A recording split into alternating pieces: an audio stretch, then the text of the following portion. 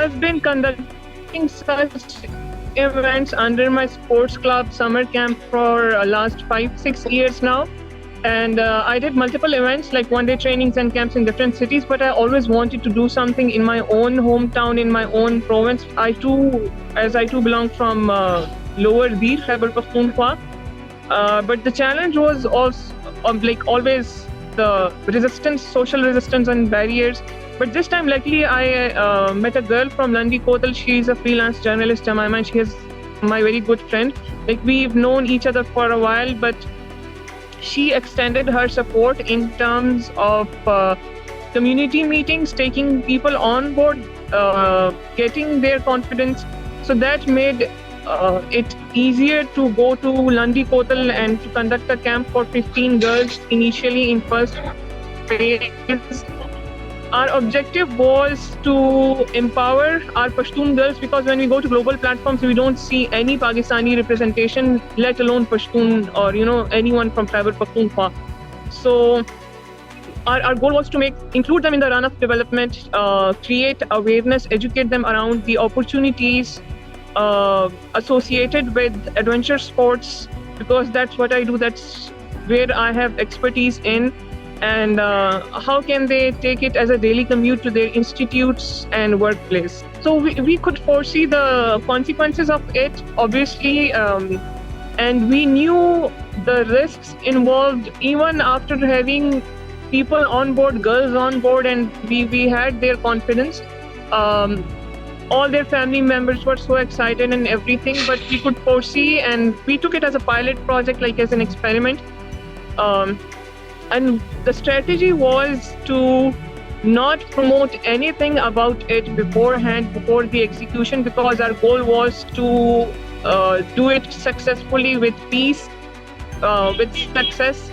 And once we did it, we went for post promotions, because once you come back and everything is managed and done, nobody can do anything. The girls were already very excited and they were so looking forward to the camp. And let me tell you that the people who are discussing these girls, and they're calling them women, they are not women. They were young girls, teenage girls, ranging from their 10 years to from 10 years to 17, 18 max. So most of them were young girls and kids, and they were as excited as any kid in the city when they get their first bike. Even though they couldn't balance it, they hadn't touched any bicycle or anything in their lives. It took them a day or so to balance it, and they had so much passion and so much resilience and so much courage. They were falling, but they didn't quit. So they made it happen only in a couple of days or so, because we had a limited time, we had limited resources, and we had no place to go and ride the bicycles in group to conduct a successful rally. We went somewhere near a place which was near a graveyard, and we were expecting a lot of guys over there, because it was weekend and they were supposed to have their match or something. So we had to conduct it in early hours as soon as possible to avoid men, to avoid attention, make sure everything is safe and secure. The response from the local community was amazing and unexpectedly very warm. And when I was leaving, a lot of other girls from neighborhood, they came and they expected us to teach them more and to give them more bicycles. So even we had no helmets, no safety guards, no special equipment.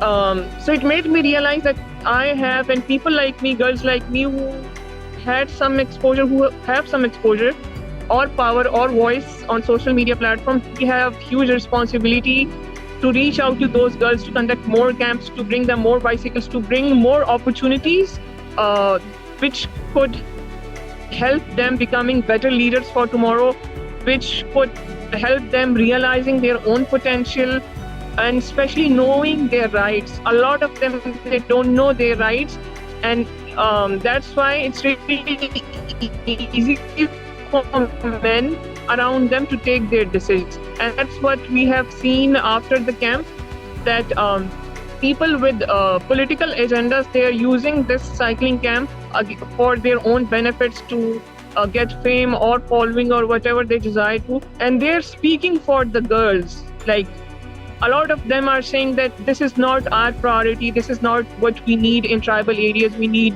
education, we need health, we need, basic facilities or infrastructure. And girls need handicrafts, eggs or chicken and, farming techniques to earn for themselves while staying inside home within the four walls. But the girls in the camp never wanted that. The girls in the camp wanted sport and curiosity. They wanted to go outside, and after one day, when they went through social media platforms, Facebook, Instagram, they commented a comment on my platform, and they realized that somebody is doing something a lot. She's doing something, beyond cycling. She's snowboarding, she's going to mountains, she's speaking on conferences, she's traveling to different countries, and she's getting a lot of exposure and opportunities, and they wanted the same. So they can only speak for themselves once they realize their rights, they develop their voice, and they become those strong women which they needed to be at this time.